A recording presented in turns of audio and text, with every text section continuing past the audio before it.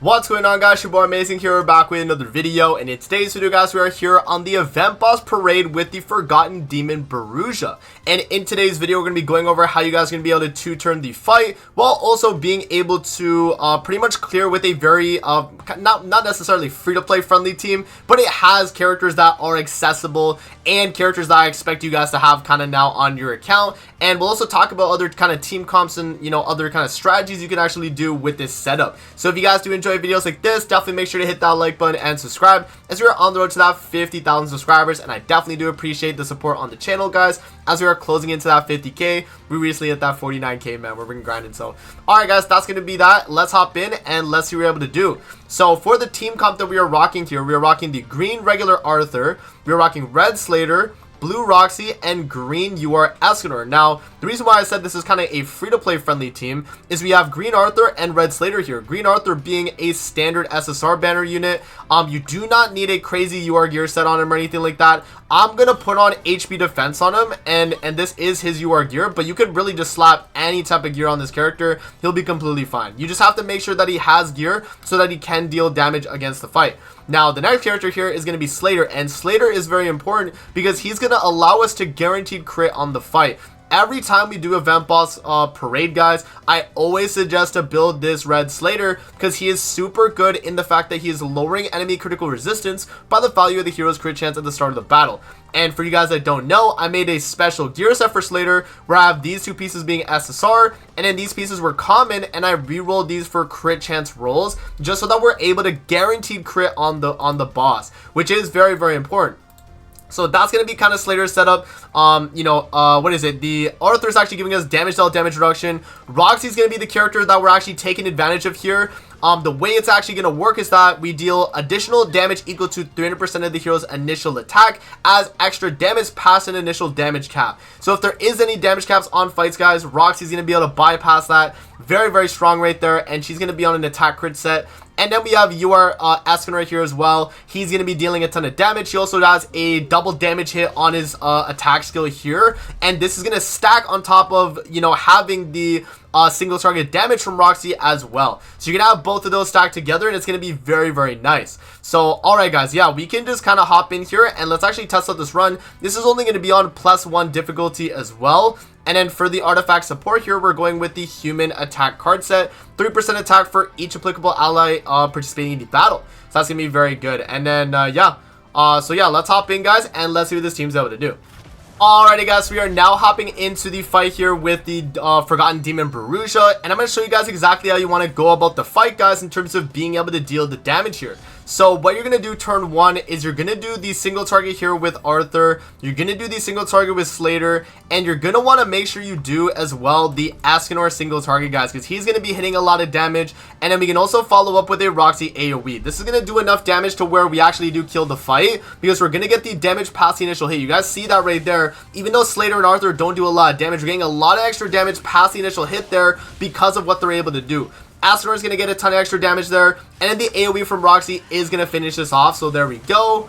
As you guys can see, we just insta one turn that first phase. And now going into the second phase here, guys, we're going to get it, you know, whatever top decks we do. And if you do get like another Escanor single target, feel free to use that. And especially if you get Roxy top decks as well. And you're just going to click all the single target skills that you have left. And that should actually be able to clear the fight right there, guys. So this is overall a fairly straightforward kind of fight team setup. And it is very easy to do. I mean, you just kind of run your human team and you just start spamming the single targets, guys. It's going to be very accessible, and a lot of you guys are going to be able to run this team and do well. So that's going to be the team right there, guys. Let's talk about some variants you can run and even some other types of team comps that maybe you don't have the full human team built. We can talk about other team variants that you can run as well. Alrighty, guys, so hopping into the next team that we're going to be doing here is going to be the +7 team. So we just did the +1 team with the human team, and the 7 Deadly Sins team is always a staple that I love to run, guys, on this fight, because this is going to be a team that is going to be just kind of universal in terms of these event boss parades. I like to run Gulther with the Jelly King. We have LR Queen Diane, and then Escanor, and this is going to be probably the best team comp you can kind of make up of Sins that are going to be able to do a ton of damage on the actual attack, while being able to be very, very tanky overall too, because you are gaining a ton of basic stats because of King. And even with UR Gother being on the team too, that's 20% from him as well. So just overall a really good amount of, stats in general. And in terms of the artifact card support here, guys, we are going to rock the 7 Deadly Sins card set. So if you guys do have this card set right here, it's going to be 5% basic stats, and then what is that, 10% extra damage dealt against buffed enemies. So you definitely want to take advantage of that. And yeah, we're going to be doing +7 here, CC food to be able to LTC. And yeah, guys, this would be more end game kind of tailored here. Not regular players are going to be able to do this, but if you're more of an end game player, this is going to be definitely something you might want to try. So let's hop in and let's see what this team's able to do. Alrighty, guys, so we are now loading into the fight here with the Forgotten Demon BARUJA. Let's see what we're able to do, man, in terms of actually beating this this fight here, guys. And this is the +7 difficulty, so this one's going to be kind of kind of hard to do, but I'm going to show you guys exactly how I like to go about it. So we're going to start it off here. We're going to stance up with Queen Diane. I'm going to do the single target with King, and I'm going to do the attack card right there with Gother, and we're just going to waste a Escanor AoE. Now, the idea is, guys, that we want to get UR Gother's rank ups going as fast as possible while being able to cycle through the cards that you have here. So, King card right there, we have Gother card right there, and then we have the Escanor card as well, and that's going to allow us to get that rank up, as you guys can see. So now that Escanor gets that, UR Gother gets that rank up, we can actually use the rank 2 rank up on Escanor so that he's able to do a ton of single target damage now with his attack card, right? So that's obviously going to be hitting very hard.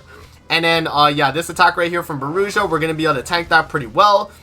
King actually did take a fairly good amount of damage there, but overall we should be good to go. So I'm going to rank up right here. I'm going to do the attack card here with Queen Diane. And then, yeah, I think we should be good to go. And we can do the Escanor single target there. And we can even rip the Escanor AoE follow-up. Yeah, I'm going to actually go with that. So this should do a pretty absurd amount of damage, actually. Because we do have the damage dealt from Queen Diane. We have the attack-related stats from her. We now have the rank enhancement as well. And we are also HP related, lowering the boss right there. So, yeah, I mean, Escanor should do a very good chunk of damage, guys. Look at that, 522k. We're going to get the damage past the initial hit. And then the AoE here should actually just finish off the fight. So let's see. AoE. And okay, it's close. So we actually, no, so he does actually live on that turn. But the next turn here, we're going to be able to kind of finish him off. So let's see right there. He's going to get an attack related stats up.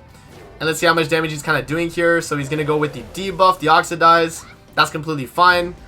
And then he's going to go for the stance right there. That's fine. So yeah, Escanor should be able to just kill. So I'm going to do this. I'm going to do that. And I'm just going to rip the attack card right there with King. Because I think Escanor will just kind of kill. So we're just going to do the stance right there to get the attack related and the damage dealt. And then Escanor right there, again, yeah, into that stance. I mean, he's easily going to be able to kill, guys. Escanor is just obviously always able to do, an insane amount of damage right there. So he's completely fine. Alright, now moving into the phase 2. Same thing, right? You're just going to kind of do your regular attacks here. So I'm going to do attack card with King. I'm going to do the attack card with Escanor. And I'm going to do the, yeah, I guess we'll just stance up with Queen Diane just so that we get the rank up on Gother right there. And then we can just kind of waste a card here with King. That's going to be completely fine.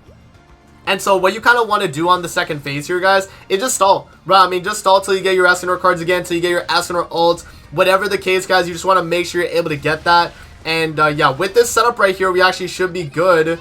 And this is going to allow us to be able to do the rank up with Gother on the following turn. It's going to do... Oh, no, because we actually get oxidized.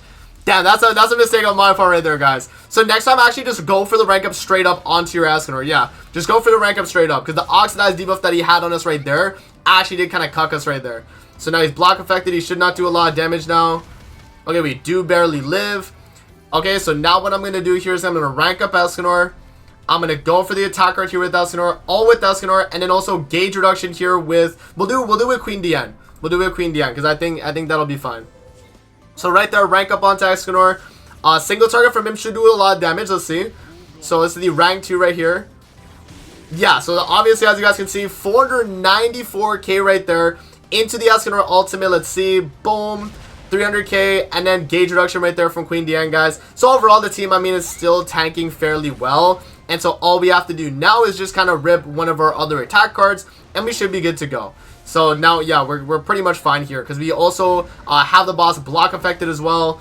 And, yeah, there is really nothing else you can do, guys. So, yeah, I'm just going to do the Escanor single target, and then we just kind of waste all of our ults and stuff like that. And, yeah, it should be GG right there, guys. So, there we go. And yeah, I mean, that's going to be BARUJA on the +7 difficulty. Kind of annoying, but if you do have the team set up for it, guys, and you feel like you're strong enough to attempt it, definitely give it a shot. You know, you do get a lot more rewards. You're getting 45 versus just an extra 5 rewards on +1. So yeah, I mean, it's really up to you, but I think those are, you know, going to be the best teams overall to be able to actually clear the event boss parade. So that's going to be it for the video. I hope you guys did enjoy, and I'm going to see you guys on the next one, man. Peace out. Have a great rest of your day, guys. See you later, man.